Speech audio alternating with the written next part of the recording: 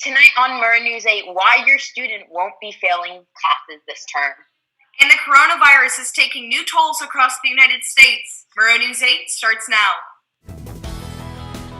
Murrow News 8 starts right now.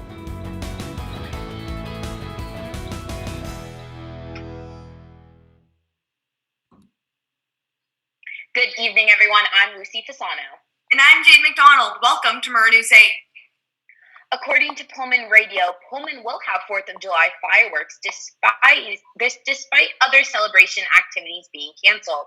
There will not be a celebration in Sunnyside Park, and the firework display will be shot off from an undisclosed location to keep people from gathering. A fundraising campaign will be launched soon to pay for the fireworks display. According to CNN, students in Washington State won't get a failing grade as they finish their classes online. Now, this is for high school students who don't earn a passing grade this semester. Those students will get an incomplete. This will not affect their GPA, and they will have a chance to make up those grades in the future. A new case of COVID-19 has been confirmed in Whitman County. According to Pullman Radio, the patient is a man between the age of 20 and 39. The total number of confirmed cases in Whitman County is now 16. In Nez Perce County, the number of COVID-19 deaths continues to rise. They now have 35 confirmed cases and a total of 13 deaths. Moscow Charter School took first among small Northwest elementary schools in this year's Trex Plastic Film Recycling Challenge. They also took third overall of 725 competing schools across the country. The school collected 6,315 pounds of plastic from residents for about 5 months of competition. Well, the University of Idaho will be holding their graduation later than expected. Pullman Radio reports that spring graduation will be held on the 1st of August, and they have extended their ceremony to satellite vandals because there will be no ceremonies at any other campus. The university is still shooting for an August 24th semester starting date.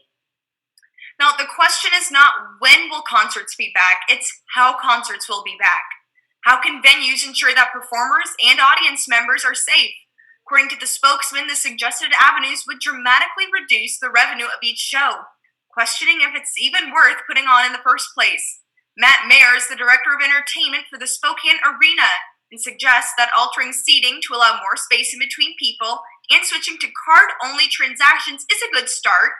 There will need to be a lot of thought put into each event before they can confirm any lineups and protocols.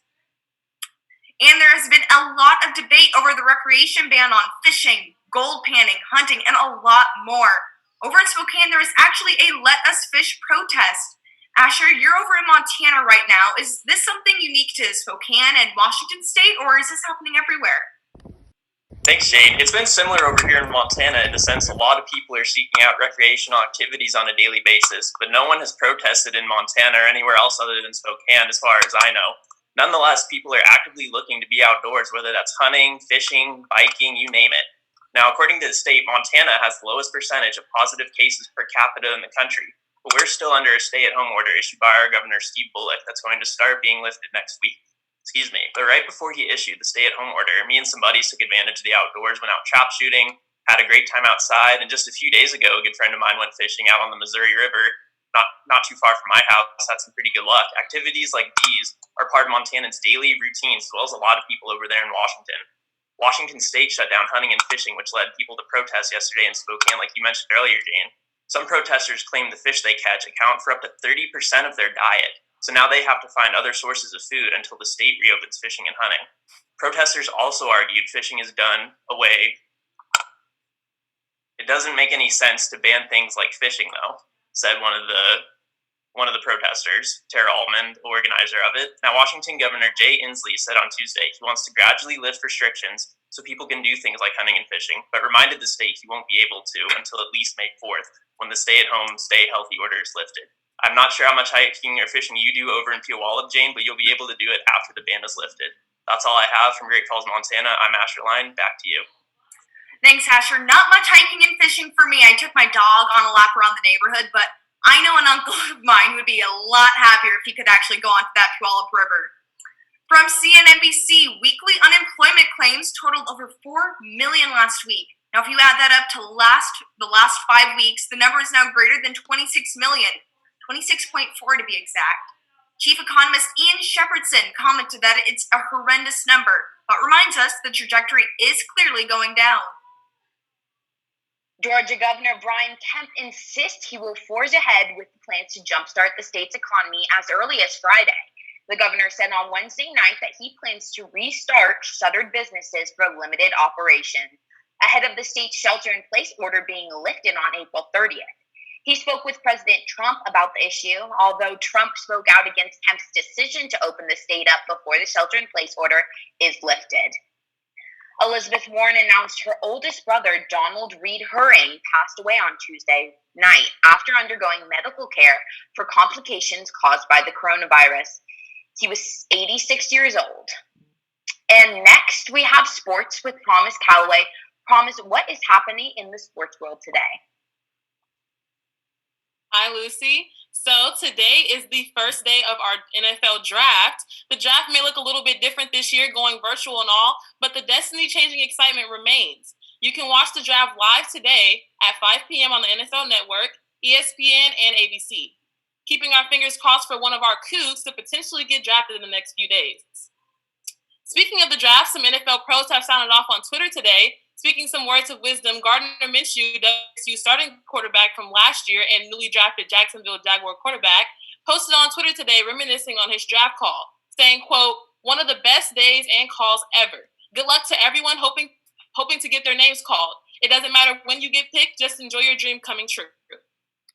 And earlier this morning, Seattle Seahawks quarterback Russell Wilson tweeted out some quotes from professionals that doubted his potential and said, quote, "Don't let others' lack of vision block your destiny. Dream big," and then quoted, "Why not you?" Taking our sports news a little bit more local, WSU soccer player Khalees Barton has won the Virginia E. Thomas Scholarship. Just on Tuesday, Khalees was awarded a 2020 President's Award by Kirk Schultz at the WSU Leadership and Engagement Awards of Distinction. We love to see our athletes succeed on and off the field. Congratulations, Khalees. In addition to the draft, today marks another day in sports history. It is the 26th anniversary of Shaquille O'Neal bringing down an entire hoop after a dunk against the New Jersey Mets. This wasn't his first time breaking a backboard, as he also did it his rookie year in 1993. That's all I have for sports today. Back to you, Lucy. Thanks so much, Promise. So today I took a nice walk through my neighborhood. The sun was shining and all the flowers were blooming, and I was just getting that little taste of summer weather, and I was so excited. So Jasmine Brown has our weather today. Jasmine, how is the weather looking in Pullman?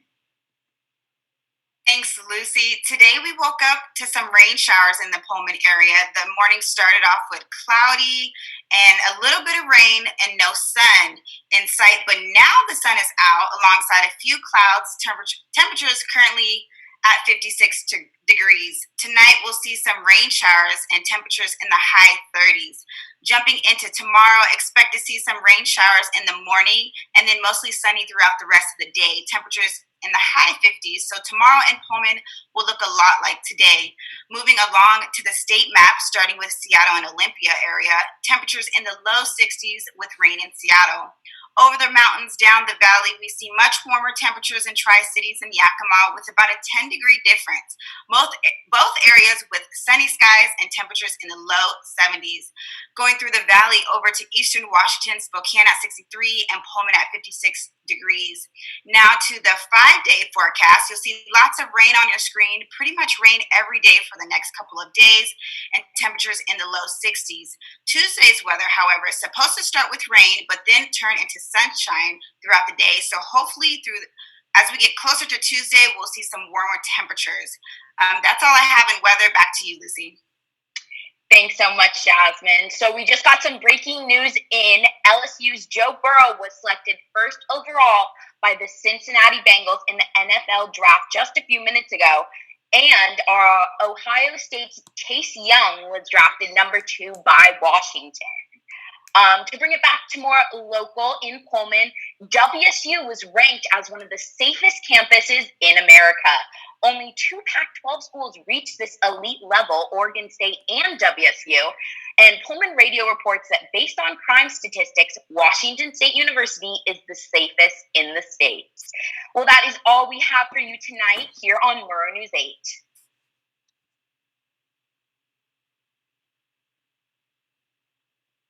You can now watch us live on YouTube every weekday at 5:30, and news content can still be found at nwpb.org/emanate. And don't forget to follow us on social media.